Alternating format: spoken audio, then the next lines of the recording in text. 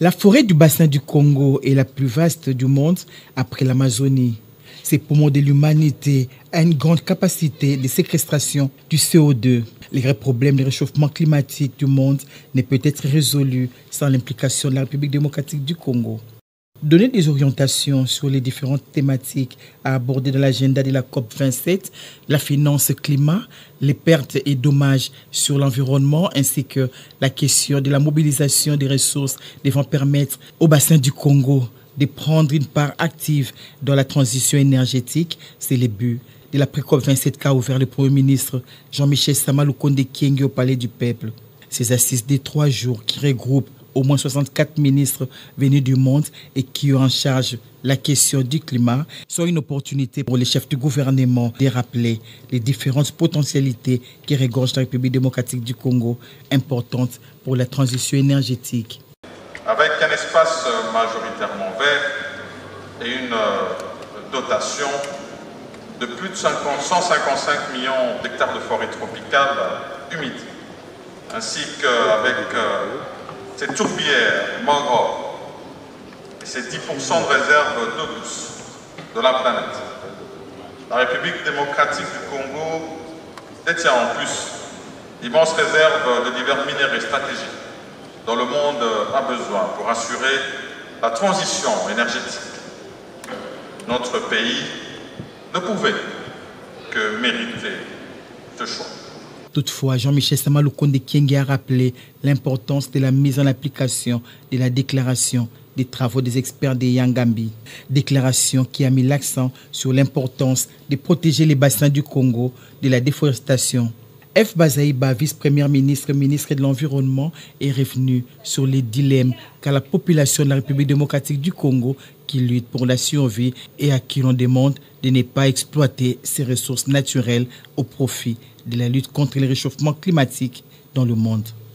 L'Égypte, pays organisateur de la COP 27, a été représentée par son ministre des Affaires étrangères. L'ouverture de la pré-COP 27 a connu la participation de la secrétaire générale adjointe des Nations Unies en charge du climat et de plusieurs autres autorités et personnalités des marques.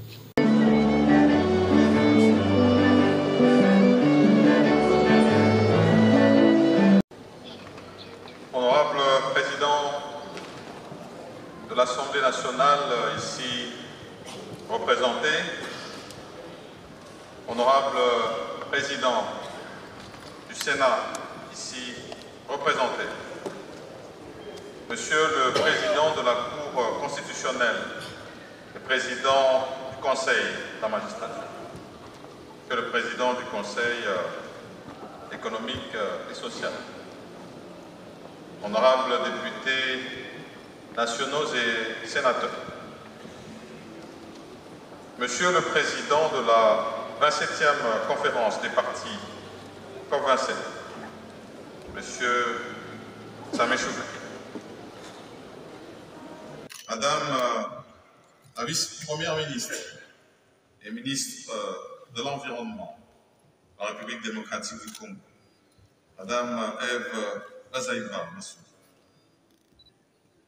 Mesdames et Messieurs les ministres, les chefs de délégation, Madame la secrétaire générale adjointe des Nations Unies, Madame Amina Mohamed, Monsieur le secrétaire exécutif de la Convention cadre des Nations Unies sur le changement climatique, Mesdames et Messieurs, membres du corps diplomatique et représentants des organisations internationales accréditées en République démocratique du Congo, c'est un honneur pour la République démocratique du Congo d'abriter les travaux préparatoires de la 27e conférence des partis à la Convention cadre des Nations Unies sur le changement climatique, pré-COP 27, ici à Kinshasa, du 3 au 5 octobre 2022. Ces assises se tiennent sous le haut patronage de Monsieur le Président de la République, chef de l'État, Son Excellence Félix-Antoine Tshisekedi Tshilombo, que je représente ici, et qui a fait du changement climatique l'une des plus grandes priorités de son action à la tête de notre pays. Au nom de mon gouvernement, je voudrais remercier chacun des invités, mesdames et messieurs les ministres, les experts ainsi que les délégués des différents pays ici présents pour avoir accepté de faire le déplacement de Kinshasa et ainsi honorer notre pays. Je voudrais particulièrement remercier la République arabe d'Égypte, ses dirigeants et son peuple pour avoir accepté que cette pré-COP soit abritée par la République démocratique du Congo. En effet, avec un espace majoritairement vert et une dotation de plus de 155 millions d'hectares de forêt tropicale humide, ainsi qu'avec ses tourbières et mangroves et ses 10% de réserve d'eau douce de la planète. La République démocratique du Congo détient en plus d'immenses réserves de divers minéraux stratégiques dont le monde a besoin pour assurer la transition énergétique. Notre pays ne pouvait que mériter ce choix. La République démocratique du Congo se présente dorénavant comme ce slogan annoncé par le chef de l'État, comme pays solution à la crise climatique. Car elle offre déjà beaucoup et continuera de le faire à l'humanité en termes de contribution aux efforts globaux de lutte contre le changement climatique.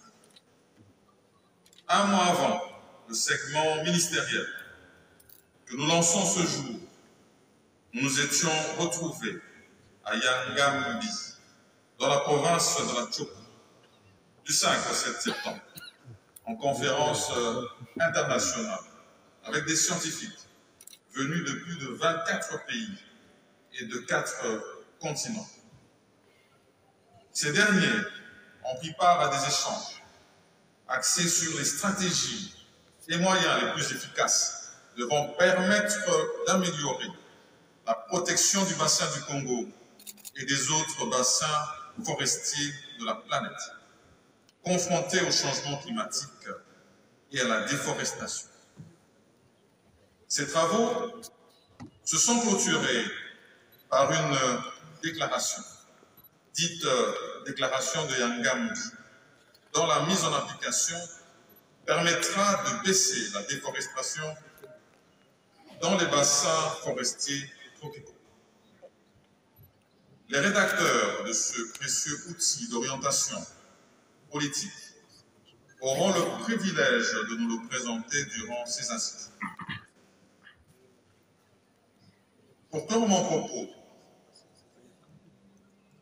je souhaite ainsi plein succès aux échanges qui auront lieu sur les points inscrits à l'ordre du jour, dont notamment les questions d'adaptation aux impacts du changement climatique, celles relatives à l'atténuation des émissions de gaz à effet de serre, à la finance climat et aux pertes et dommages.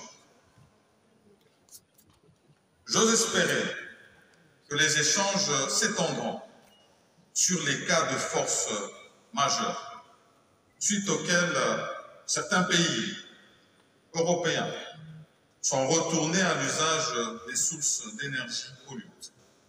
Ils avaient préalablement banni, afin d'éviter à leur peuple les conséquences incalculables d'un déficit en énergie que leur a imposé notamment la guerre en Ukraine.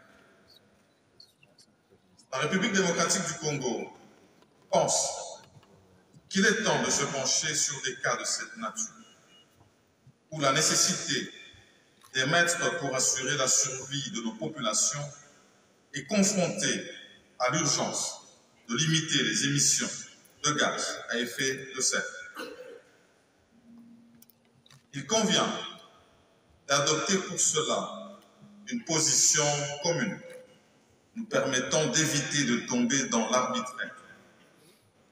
Avec d'une part, certains États libres de poursuivre, voire d'augmenter leurs émissions, et d'autre part, d'autres États empêchés d'exploiter leurs ressources naturelles par simple crainte de l'aggravation des émissions mondiales de gaz à effet de serre.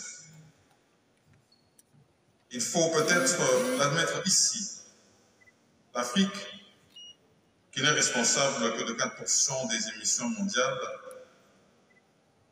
elle en séquestre plus qu'elle en émet. Dès lors, que doit-elle faire? Ne pas opérer un choix entre la survie de ces populations, la lutte contre l'extrême pauvreté, la lourde facture à payer pour l'adaptation au changement climatique, d'une part, et le contrôle des émissions de gaz à effet de serre, d'autre part. Cela est de bon sens. En l'absence d'alternatives technologiques et financières conséquentes de la part des pays industrialisés qui, hélas, portent la responsabilité historique du changement climatique, l'Afrique, ainsi que les autres pays contributeurs, devra faire face à ses responsabilités pour répondre aux besoins de ces populations.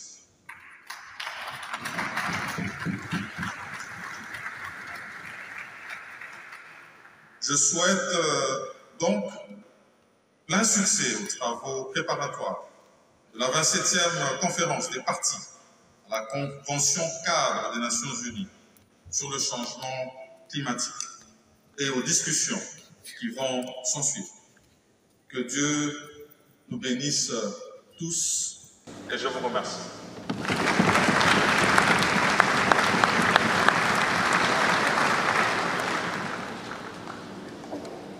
Je suis le ministre des Forêts de la Faune de la République du Cameroun et en même temps président en exercice de la COMIFAC. Merci Président, vous venez de prendre part à la cérémonie d'ouverture de PRECOP 2027. Et quel est votre réaction après avoir suivi tout le monde dans la salle? Je suis particulièrement heureux d'être aujourd'hui en RDC, très grand pays, qui organise avec succès la PRECOP, qui préfigure la conférence, la COP27 qui aura lieu en Égypte. Je suis particulièrement satisfait des discours que j'ai suivis, notamment celui de Mme Eve Bazaï Bamassouli, vice-premier ministre chargé de l'environnement avec qui je travaille au quotidien, puisque la RDC fait partie de la COMIFAC. Ce discours a posé les véritables problématiques que nous, les pays du bassin du Congo, nous rencontrons face aux partenaires et face aux pays du Nord. J'étais très bien content de l'allusion faite aux enfants, à l'avenir, à l'amélioration des conditions de vie de nos populations, alors que nous disposons de la forêt et que nous avons du mal à l'exploiter. C'est un très bon discours et j'espère que la PRECOP va permettre qu'à la COP27 en Égypte, qu'on prenne des décisions réellement concrètes et qu'on passe des discours à l'action. Merci beaucoup. Merci, Excellence.